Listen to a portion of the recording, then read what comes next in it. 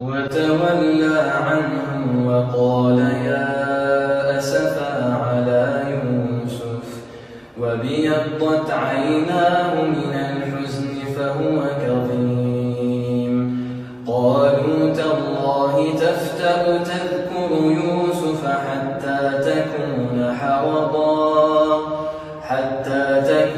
حرضا أو تكون من الهالكين.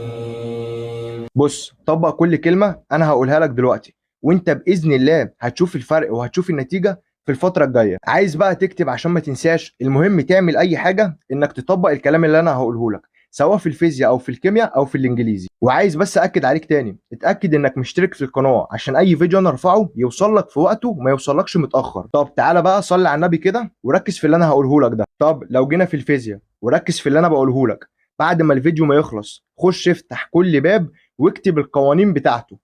جمع قوانين كل باب ولازم تكتبها في ورقة. طب انت بقى بعد ما تطبق الكلام ده، لو كنت ما بتعرفش تحل السؤال بنسبة 100%، نسبة ان انت ما تحلش السؤال هتقل تبقى 50%. ازاي بقى هيحصل كده؟ انت مثلا لما بتخش تحل المسألة ما بتبقاش عارف انهي قانون اللي تحطه وتعوض فيه عشان تقدر انك تطلع ناتج، فبالتالي من كتر القوانين ما موجودة وانت طبعا مش هتبقى حافظها او هتبقى بتتلخبط ما بينها، فما بتبقاش عارف انهي قانون اللي تحطه في المساله دي. طب انت دلوقتي اهو كتبت القوانين، تعالى بقى اديك مثال ان انت ازاي هتقدر تحل بسهوله عشان تصدق كلامي. انت مثلا هتبقى كاتب ان اي ام اف بتساوي ان دلتا فاي ام على دلتا تي، تمام؟ هو هيبقى في المساله مديك ان بتساوي ايه ودلتا فاي ام ودلتا تي، فبالتالي انت هتعرف تجيب اي ام اف. وهو بقى في المساله هيكون طالب كيو. طب كيو بتساوي ايه؟ اي ام اف في تي على ار، وهو هيبقى مديك تي ومديك ار. بس اي ام اف بقى انت هتجيبها بالقانون الثاني اللي هو اول قانون انا قلته لك. فانت لما جبت الاي ام اف وهو مديك في المعطيات تي والار عرفت تجيب الكيو. انت لو مش مجمع القوانين دي وكاتبها قدامك في ورقه مستحيل تقدر تحل السؤال وتقول السؤال صعب والفيزياء صعبه عشان مش مجمع القوانين. جمع القوانين كلها بتاعت كل باب وابدا حل، باذن الله باذن الله مش هتشتكي من الحل تاني. طب في برضه خطوه تانية تعملها، طبقها وهتدعي لي. بص، هي بتبقى خطوات لحد ما تجيب المساله صح. ايه هي الخطوه دي؟ انا مثلا هنرجع مثلا لنفس المثال، كيو بتساوي اي ام اف في تي في ار. هو مثلا مديك في الاختيارات او مديك مثلا في المساله فوق رموز.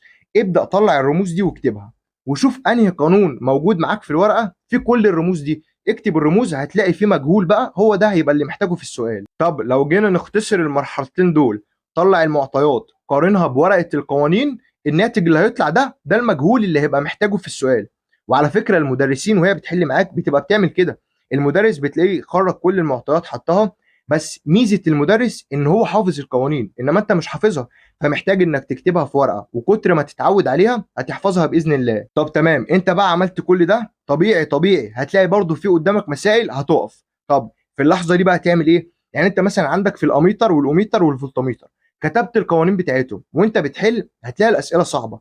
هنا بقى محتاج انك تتفرج على مستر تاخد خبراته عشان تعرف تحل. يعني مثلا اتفرج على مستر محمود مجدي بيحل ازاي، خد طريقه الحل وابدا حل بيها. مستر مثلا محمد عبد المعبود. انما انت هنا لو حليت لوحدك مش هتعرف تحل، فبالتالي في حاجات ينفع تحلها لوحدك وحاجات لازم تتفرج على المستر وهو بيحل عشان تقدر تحل. بس ملحوظه صغيره، عندك الفصل السابع والفصل الثامن دول ما فيهمش قوانين كتير، معظمهم نظري، فمهم جدا انك تكتب النظري ده. طب تكتب النظري ازاي؟ زي ما وريتك قبل كده اهو، في ورقه وتبدا تجمع كل الفروقات وكل الحاجات. زي مثلا الانبعاث في منه تلقائي وفي منه مستحث، مثلا في الليزر والضوء العادي واشعه اكس ازاي تفرق ما بينهم، ده نظري لازم تكتبه، مش شرط كله يبقى قوانين. طب كده انا خلصت لك الفيزياء، والله لو طبقت كل كلمه انا قلتها لك هتشوف الفرق اللي هيحصل معاك في الفيزياء.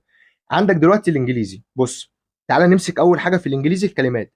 احفظ كلمات المنهج بتاعتك بس، ولا اكتر ولا اقل. طب الكلمات معلش في الفتره دي لو انت مش حافظ هتحفظ كل يوم يونت عشان تقدر تخلص ال 12 يونت.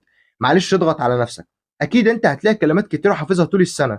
الكلمات بقى اللي انت مش حافظها حاول انك تنجز بسرعه وتحفظها. عندك في الجرامر اتدرب على القواعد والازمنه، حتى بس لو يعرفهم دلوقتي وهتحل عليهم في ليالي الامتحان كتير. طب ازاي؟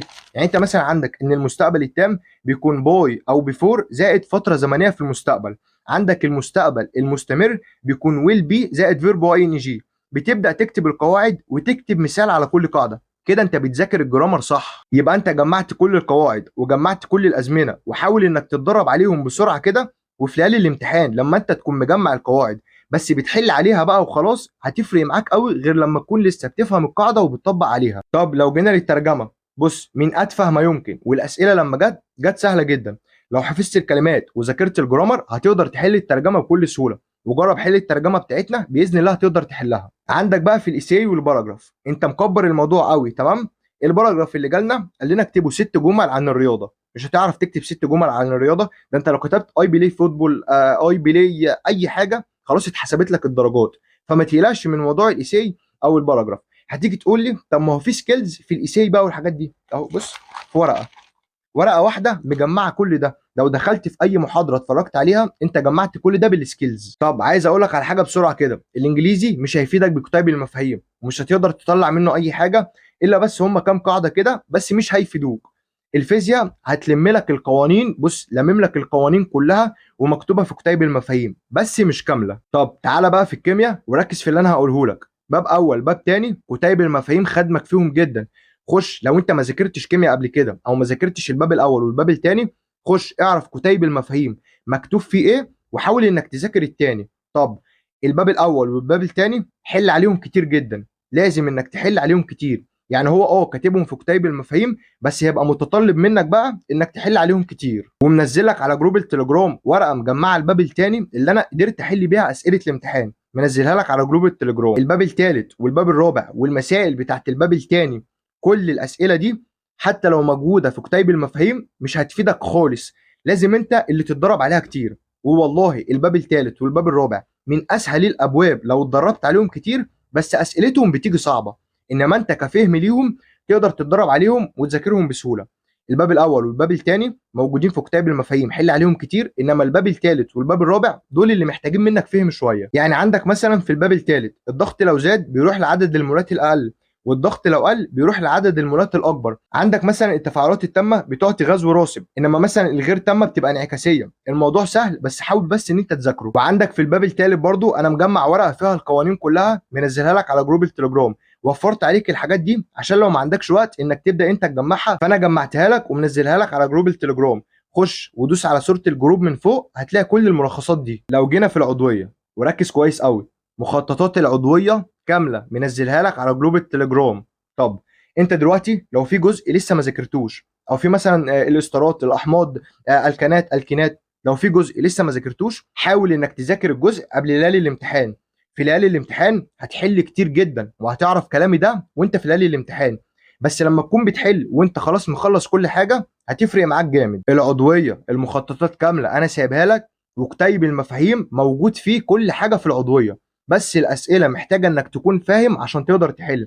فبالتالي انت خلص المنهج بتاعك، ولو ما حلتش ما تقلقش في ليالي الامتحان هتحل كتير جدا. ولو بتشتكي من اسئله الباب الثاني وقوانين فاراداي في الباب الرابع، انا اللي اتفرجت عليهم وفهمتهم منه كان مستر عبد الجواد، اتفرج عليهم فيه وباذن الله باذن الله هتفهمهم كويس جدا. وبرده حاجه تانية مهمه، معادلات الحديد لو مش فاهمها كتاب افوجادرو حاول تجيبه من جوجل وافتح اخر صفحه في الكتاب هتلاقي ملخص معادلات الحديد، بص تقدر تحل بيها اي سؤال يجي لك. اتدرب من دلوقتي انك تفتح كتيب المفاهيم وتبدا انك تحل بيه وتقارن بيه المواد. والله في اجزاء كبيره قوي تقدر تحلها بكتيب المفاهيم بس ما تعتمدش عليه، افهم بس ازاي تحل بيه. طب ركز بقى معايا، انت المفروض هتذاكر المواد دي امتى او هتعمل الحاجات اللي انا قلت لك عليها دي امتى؟ بص قدامك من النهارده لحد يوم 7 او يوم 8، عشان كده كنت باكد عليك اشترك في القناه عشان الفيديو لما ينزل لك يوصل لك بدري، تمام؟ يبقى انت هتذاكر من النهارده لحد يوم 7 او يوم 8 على حسب انت عاوز تسيب كام يوم للمواد اللي ما بتضافش المجموع، بس انا شايف ان يومين كافيين، يعني لحد يوم 8 كده انت هتبقى كويس جدا. خلصت المواد اللي ما بتضافش للمجموع هتخلصها يوم 12، من يوم 12 ليوم 15 دول 3 ايام برضه هتكمل الحاجات اللي ناقصاك، سواء بقى بتخلص الاجزاء في العضويه، بتحفظ كلمات الانجليزي، اي حاجه ناقصاك في الفتره دي. بالله عليك حاول انك تضغط نفسك قوي دلوقتي وما تضيعش ولا ثانيه، لان قدام الموضوع هيبقى صعب عليك قوي. فحاول انك دلوقتي تخلص كل اللي وراك وتضغط نفسك وتخلي هدفك كله انك تخلص كل حاجه في كل المواد. وكده انا كنت قلت لك كل حاجه باذن الله هتفيدك، ولو طبقتها هتدعي لي. وحاول الفتره الجايه زي ما بقول لك تشد، لان دي والله الفتره اللي هتفرق معاك جامد. لو في بقى اي حاجه عاوز تسال عليها اكتبها لي في الكومنتات وهرد عليك ان شاء الله. واخر حاجه ما تنساش انك تصلي على النبي. سلام.